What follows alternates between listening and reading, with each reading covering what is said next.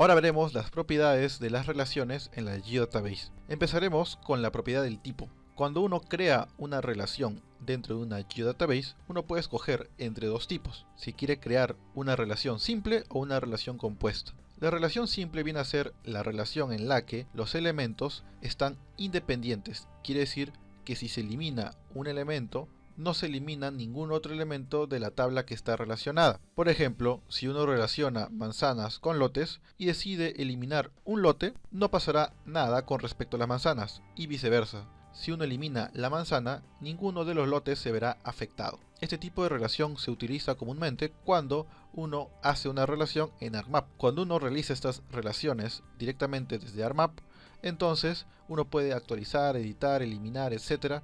y no se verán afectados ninguno de los dos elementos. Cuando uno realiza un tipo compuesto, una relación compuesta, en este caso sí se ven afectados si ocurre algo con alguno de los dos elementos. Vamos a retomar el ejemplo de los lotes y las manzanas. En este caso, si uno realiza una relación compuesta y uno elimina la manzana, automáticamente todos los lotes también se eliminarán, debido a que hay una dependencia entre ellos. Este tipo de relación se utiliza cuando uno tiene un sistema complejo para la edición y actualización de la información. Es por ello que las relaciones dentro de la Geodatabase son más completas y permiten un mejor control de la información. Así se asegura que si se elimina un objeto mayor, los objetos menores relacionados también se irán con él.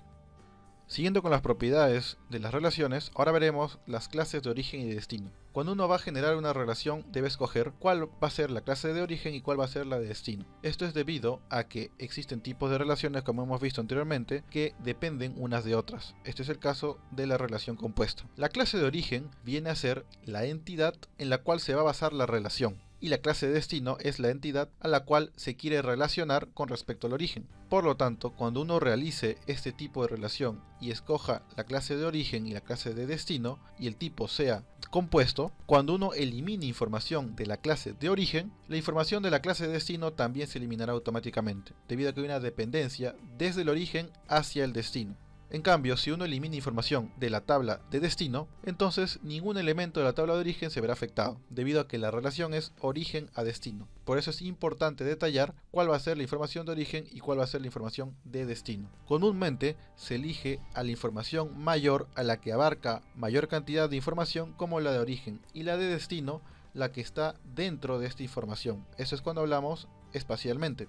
Cuando hablamos tabularmente, la información que alberga más información, varios elementos, normalmente se escoge como origen, y el destino sería estos elementos que se agrupan dentro de un elemento del de origen.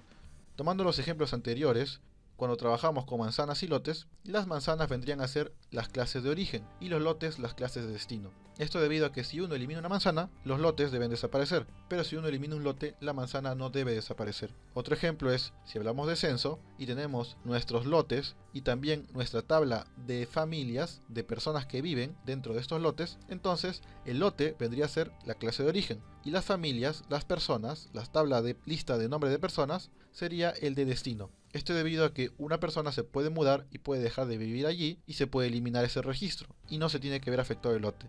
Pero si se elimina el lote, se deben ir todas las personas que viven en ese lugar debido a que ya no existe ningún hogar. En la imagen vemos un ejemplo de cómo se realiza una relación y cómo se debe escoger clase de origen y clase de destino. Tenemos el caso de parcela hacia zona y de zona hacia parcela, mismos elementos, distinto orden. En el primero se elige la parcela como la clase de origen y a la zona que alberga las parcelas como la clase de destino. Como hemos indicado, esto debería ser al revés. Cuando uno realiza esto y elimina una parcela, como están en dependencia, el elemento que tenía la zona que correspondía a esta parcela se ve afectado. Sin embargo, cuando uno realiza la relación al revés, donde la zona, que es la entidad mayor, es el origen y el destino la entidad menor, pues entonces uno elimina una parcela y no se ve afectado la zona. Siguiendo con las propiedades de las relaciones, veremos las claves principales y las claves externas. Esta definición viene de base de datos. Cuando uno realiza relaciones entre bases de datos, entre tablas, es común escuchar claves principales y claves foráneas. La clave principal viene a ser un campo en el cual se va a basar la relación de la primera tabla, la tabla de origen, que sea único. Esto para garantizar que se pueda saber qué registro es cada uno de los que están dentro de esta tabla. Cuando hablamos de la clave externa, viene a ser un campo que también sirve para la relación en la segunda tabla, en la de destino, en el cual se relaciona con respecto a la clave principal, al campo de la primera tabla. Y puede ser o no único.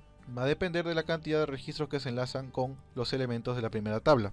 A la clave principal también se le conoce como PK, por sus siglas en inglés, y a la clave foránea o clave externa, FK. Siempre, como regla, una tabla debe tener una PK, una clave principal, pero puede tener muchas FK, muchas claves foráneas. Esto debido a que se puede relacionar con una o varias tablas. Ahora veremos a manera didáctica en Excel cómo funcionaría con un ejemplo de tablas. Vamos a tener dos tablas, la tabla de familia y la tabla de personas. En la tabla de familia vamos a tener dos campos, el campo ID familia y el campo apellidos.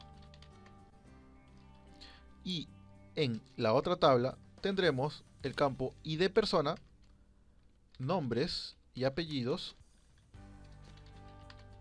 y luego tendremos un campo llamado ID familia. En la primera tabla podemos empezar a llenar los valores y este campo, que va a ser nuestro foreign key, y este campo, que va a ser nuestro primary key, debe ser siempre único, por lo tanto podemos llenarlo con números enteros y continuar. Después llenamos los apellidos y así podemos continuar. Cuando uno crea otra tabla llamada personas, también debe tener una clave principal, debido a que es una regla, todo campo, toda tabla debe tener una clave principal. Y uno puede continuar de igual manera agregándole números. Y después puede asignarle unos nombres.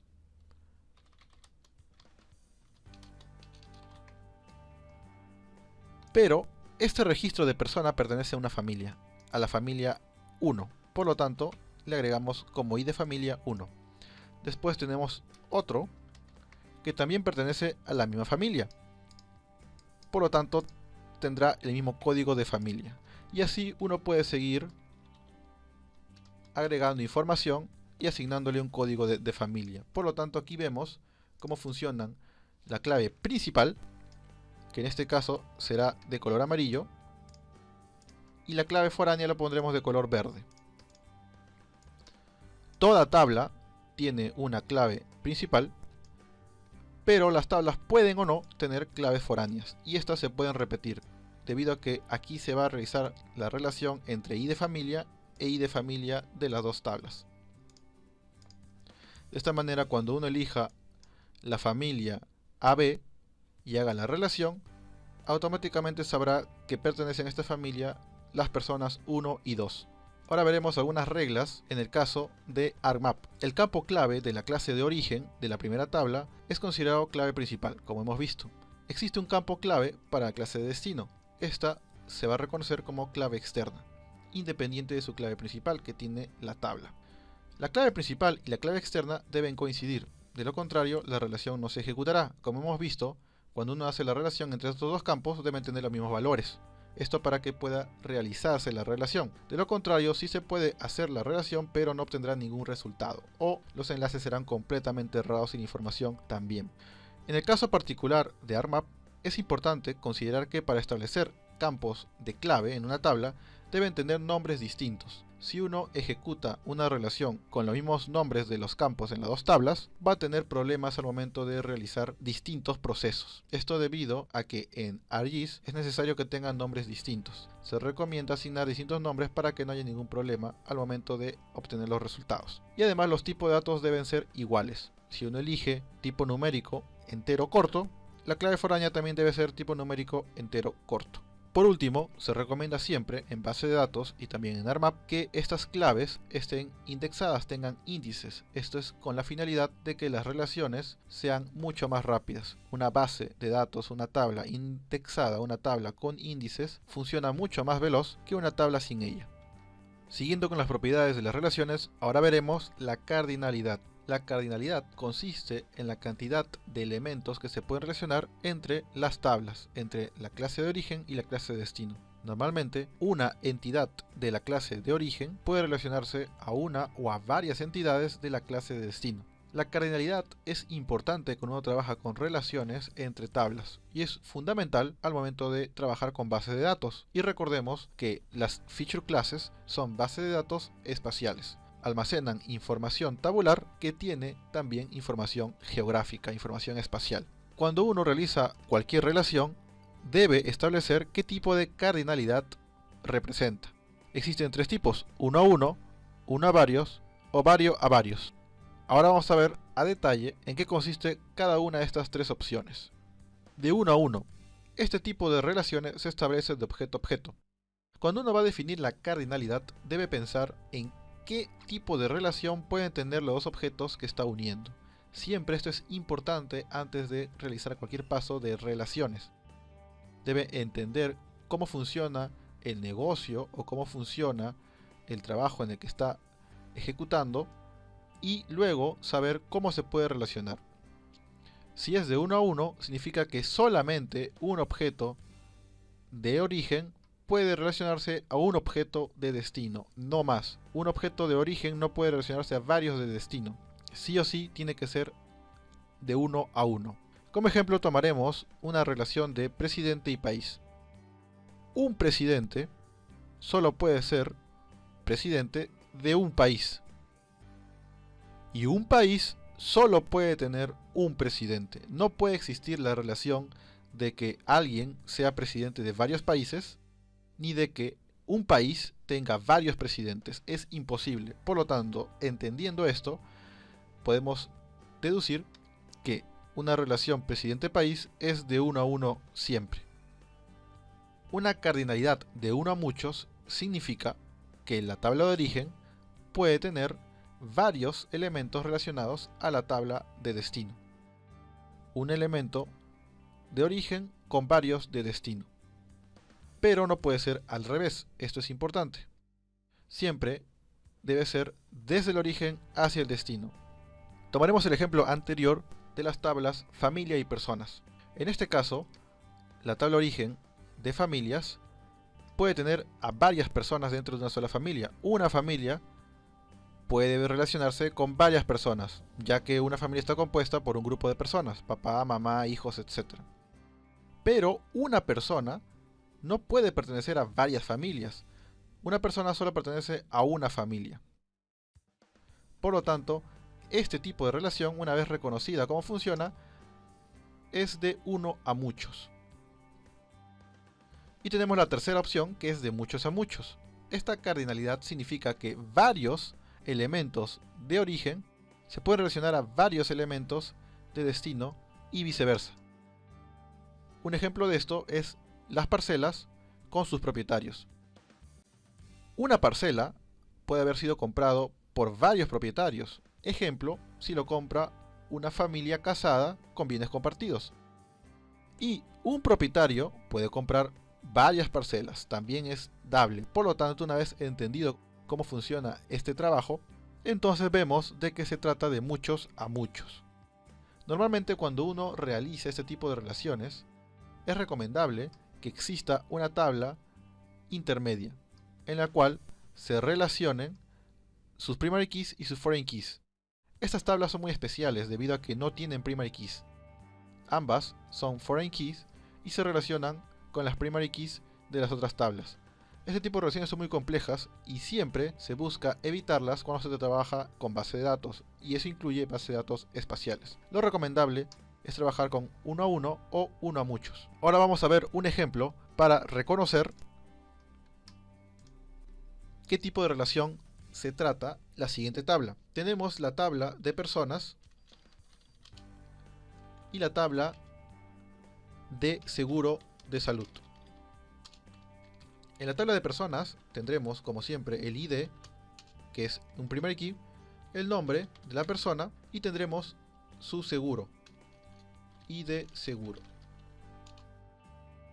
Esto será 1, 2, 3, 4, etc.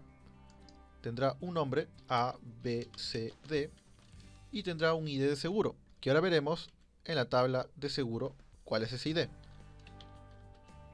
Tendrá su primary key y de seguro y el nombre del seguro. Entonces aquí tendremos también valores únicos y el tipo de seguro: EPS, eSalud, SIS, seguro tal vez militar, etc. Por lo tanto, la persona A puede tener una EPS, la persona B también una EPS, la persona C eSalud y la persona D SIS. Ahora, para reconocer a qué cardinalidad pertenece una relación, se debe hacer la pregunta: ¿un registro de la tabla A puede albergar a varios registros de la tabla B? ¿Y un registro de la tabla B puede albergar varios registros de la tabla A?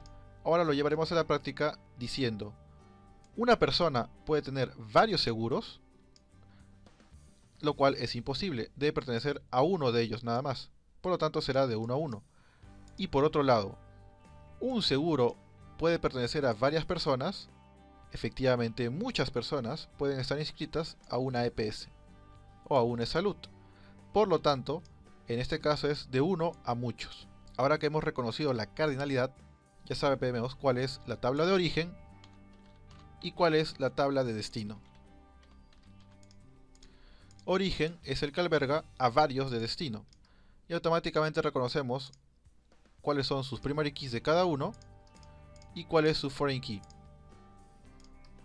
Y de esta manera sabemos que el destino tiene siempre el foreign key que se enlaza al primary key del origen. Origen, destino, de uno a muchos. Este tipo de relación uno a muchos es el más común que se utiliza entre tablas. Ahora veremos algunas reglas de relaciones con respecto a las propiedades de las relaciones dentro de una geodatabase. Es importante aclarar que siempre uno debe asignar una cardinalidad a las relaciones que se generen. Por lo tanto, uno debe identificar qué tipo de cardinalidad es.